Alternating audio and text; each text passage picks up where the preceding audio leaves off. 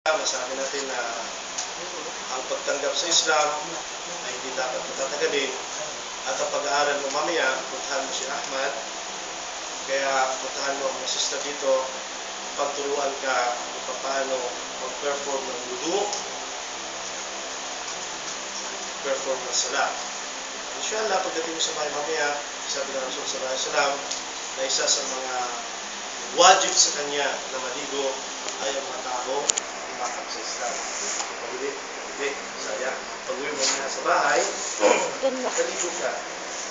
At alam din natin, ito ay edukasyon, dito sa sabi na may kasamang kabasusan, no?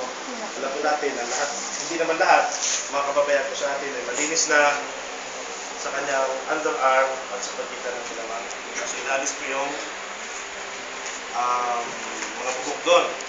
Mayroong isang madrasa na kapag mayroong nagsisihada, ibibigay sa kanya pumutha, tuwalya, pangahit, at sabon. So, inshallah, tandaan mo sis, pagkatapos magbigkasin ang shahada, ikaw na pinakamalinis sa babae sa lupang ito.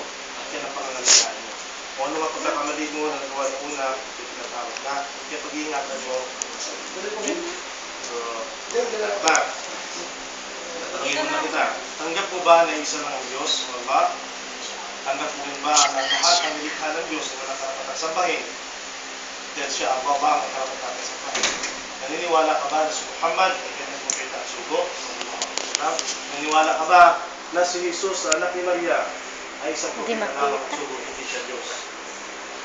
So, kung tanggap mo ito, wala ang karapatan sa Diyos sa'yo, na huwag kang pumasok sa Islam, kung ito ka na natin shahada.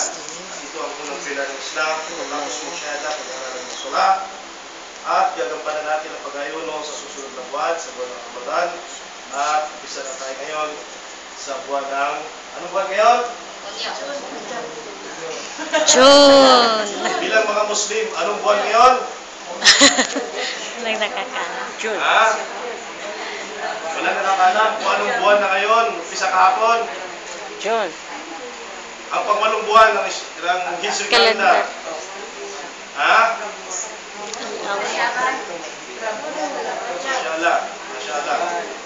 Pag tinanong ko kayo, sino ngayon na sikat na artista? Alam ninyo. Sino nanalo ng American Idol? Alam ninyo. Pero pagdating sa Islamic, zero tayo. Buwan na ito ngayon na Sha'ban. Ang susunod na buwan ay Ramadan. Ang susunod na Ramadan ay Shawwal. Ang susunod na Shawwal, limot na rin sila. Pag-aralan ko natin yan. Inshallah.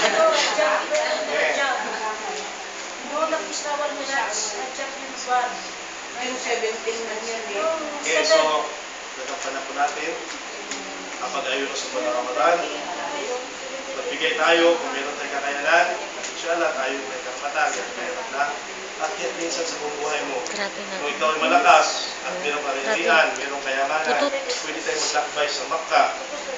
Sa bahay panalangin ng Allah subhanahu wa ta'ala ay ginayon ni Prophet Abraham na nireveal na Prophet Muhammad.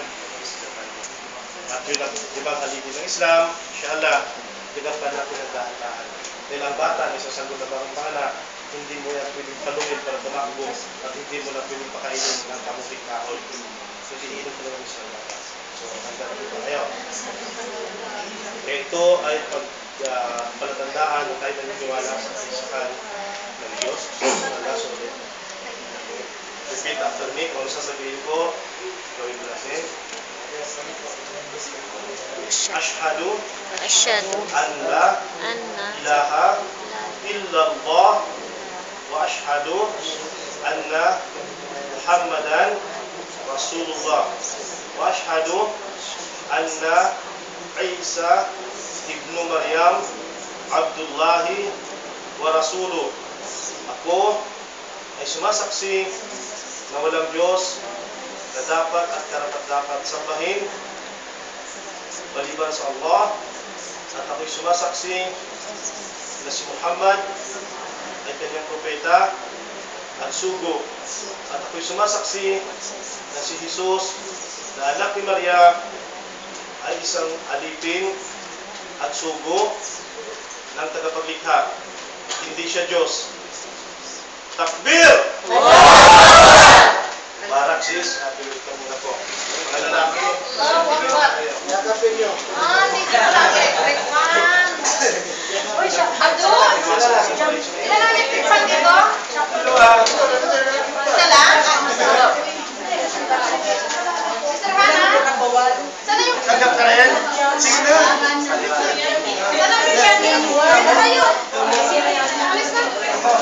Diba, kita mo, ang dali lang, diba? Oh, ayun mo mag